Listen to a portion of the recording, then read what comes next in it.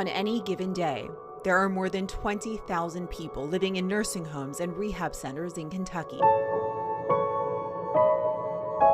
Many of them nearing the end of their lives. They are among our most vulnerable. Well, I think you just don't want anybody to go through pain. But during the final years, the pain was overwhelming for the woman Kelly Stein cherished most, her mother. Kelly, it's me. I need to talk to you. Her mother is no longer around to tell her story. She passed away from complications after a long battle with Parkinson's disease in 2016. So Stein is giving her a voice. She says it's her responsibility to reveal a deceptive practice among nursing homes. She had the broken shoulder that was not repaired, wasn't even x-rayed for a whole week. She says it happened as a result of neglect while her mother was living at a nursing home in Louisville from 2012 to 2014. Stein's mother, June Lee, once the president of Kentucky's Teachers Union, was always an advocate for others. She appeared here on WHAS back in 1976 while leading a teacher's strike. She fought for smaller class sizes and more pay for thousands of educators. Her daughter saw her mother lose her fighting spirit. Medical documentation shows at least 9 falls led to permanent, severe, and disabling injuries. She suffered multiple urinary tract infections. Stein says her mother, undernourished, lost about 20 pounds. Oh, it makes me really angry. It really does. Why are you sharing your story with me? So people will know that their rights are being taken away from them. Something Stein says she wishes someone had told her before she signed on a dotted line after admitting her mother into the nursing home. An administrator handed her a document. And so I was just like, okay, and just signed it because it was just such a rush and there was no explanation of what it was. Did you know what you were signing? No, I didn't know what I was signing. That document is known as a pre-dispute binding arbitration agreement. Legal experts say the majority of nursing homes in Kentucky and around the country include it in their admissions process. You don't have to sign these forced arbitration to get into a nursing home. By signing it, Stein, who was her mother's power of attorney, gave up her right to a jury trial under Kentucky's Constitution. Unknowingly, on day 1 of admitting her mother into that nursing home, Stein relinquished her ability to ever bring a civil suit against the facility. I wish I would have known that I didn't have to sign that clause. A clause that took her allegations into a private setting instead of a public one. It led to her being unable to tell us the name of the nursing home that caused her mother so much pain. But we found it, digging through documents. Limited court records reveal the nursing home was Oaklawn Health and Rehabilitation Center in Louisville. They never admitted to wrongdoing. We tried contacting the nursing home directly, but it doesn't exist anymore. A few years ago, it was sold. Stein's attorney, Lindsay Cordes, has seen it happen many times before. When nursing homes face bad ratings and legal trouble, she says they often change their names and ownership.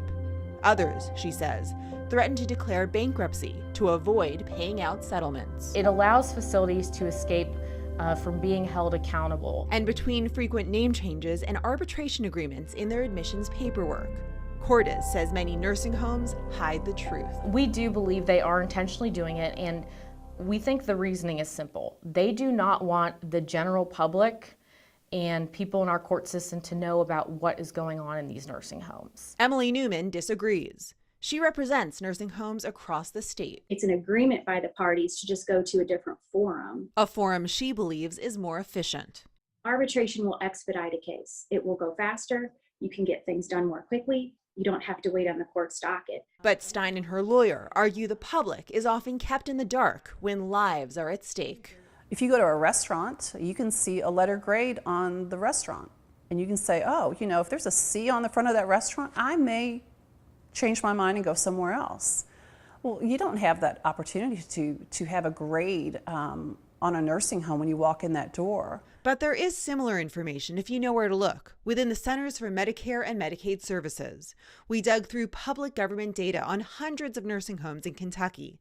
The numbers show in general, facilities rated the worst have something in common: shorter amounts of time staff spent with residents. You may have these facilities that could have easily prevented this if they were adequately staffed, if they had adequate infection control in place. But without enough staffing, she says nurses are often stretched too thin.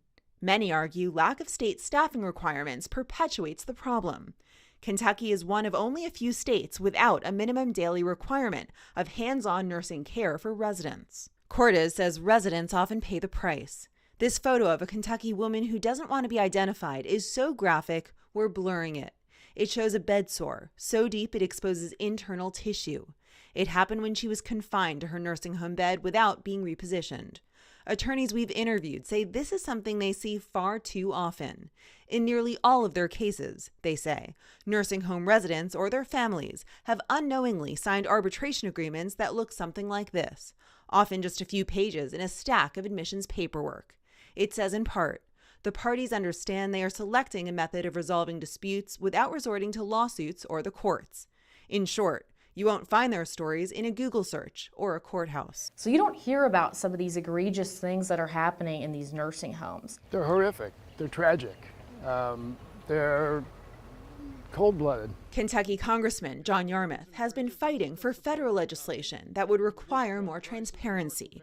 It's called the FAIR Act. You have to make sure that people who are signing these agreements have a full understanding of what it means for them, that they may basically never have a way to hold a nursing home or other business accountable for neglect and abuse. His proposed legislation, currently stalled in Congress, faces opposition from a wide array of corporations, including nursing home lobbyist groups.